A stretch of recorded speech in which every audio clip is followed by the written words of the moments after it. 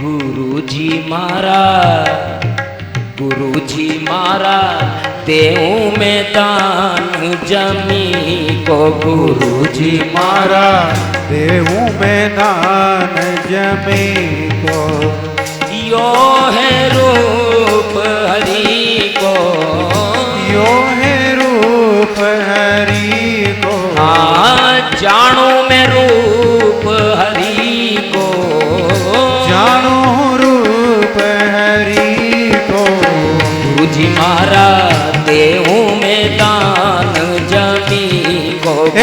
राजा बलि मत देवे दान जमी को। गुरुजी मारा देऊं मैं दान जमी को।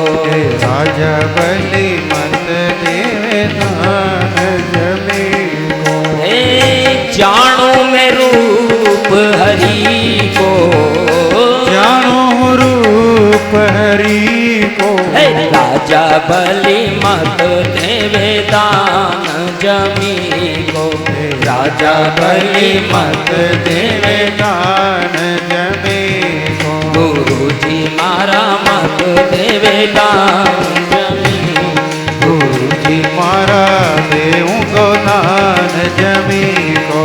राजा बलि मत देवे दान जमी को। गुरुजी मारा देऊं को दान जमी को। राजा बलि मत देवे दान जमी को। मारा देऊं को दान जमी को।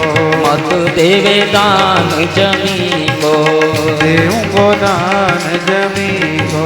मत देवे दान जमी को। देऊं को दान जमी को। मत दे मत दे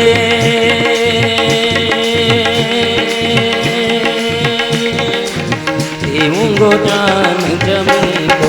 राजा बलि मत देवे दान जमी को। राजा बलि मत देवे दान जमी को। राजा बलि मत देवे दान जमी को। गुरुजी मेरे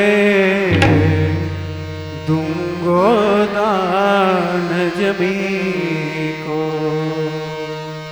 बोलिए वामन भगवान की।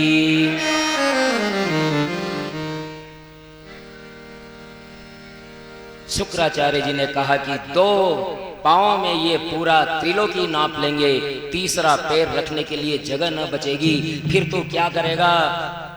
बलि ने कहा कि गुरुजी, हाथ में जल लेने से संकल्प नहीं होता, संकल्प तो मन में होता है, और मन में मैंने ये संकल्प कर दिया है कि मैंने इन्हें भूमि दी, अब मैं उससे मुकर नहीं सकता, और झूठ बोलने पर मुझे पाप लगेगा।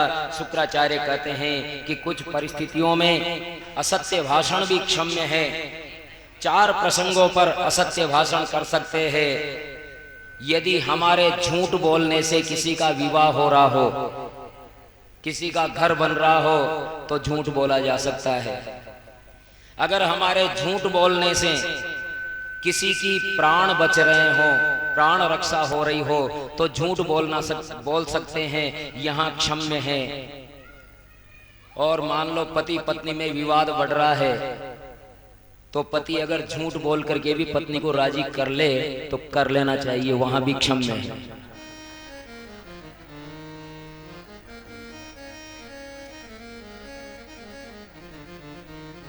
गाय, साधु, संत, इनके प्राण बचाने के लिए यदि झूठ भी बोल दिया जाए तो वो भी क्षम्य है।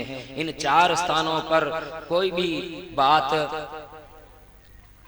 असत्य भाषण स्वीकार होता है।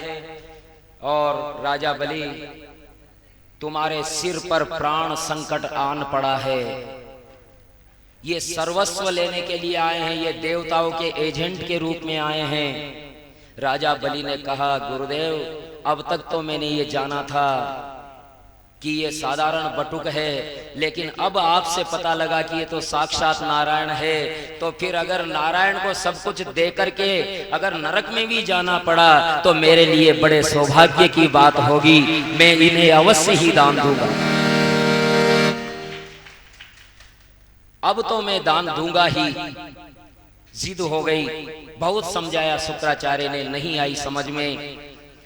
विंध्यावली संकल्प दीजिए हाथ में। विंध्यावली ने झारी में से जल डालने लगी और शुक्राचार्य जी अंतिम प्रयास के रूप में सूक्ष्म रूप धारण करके उस नली में बैठ गए। जल आ ही नहीं रहा। वामन भगवान सब समझ गए। उन्होंने आसन से दरबा निकाली, डाब निकाली और कहा कि कुछ कचरा आ गया होगा, इन नली को साफ कर लो। और बलि ने जैसे ही वो नली में डाली डाब, उनकी एक बाजार बंद। हवन करते हाथ जले और एक बाजार बंद हो गया।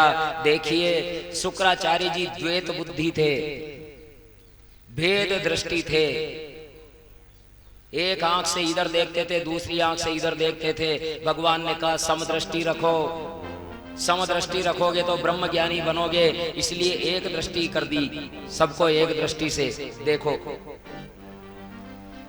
तो इस प्रकार संकल्प दिया गया। और जब शुक्राचार्य जी ने मना कर दिया तो वामन भगवान ने स्वयं संकल्प करवाया। और इस प्रकार संकल्प जब पूर्ण हो गया तो वामन भगवान वामन से विराट होने लगे। और सबके देखते देखते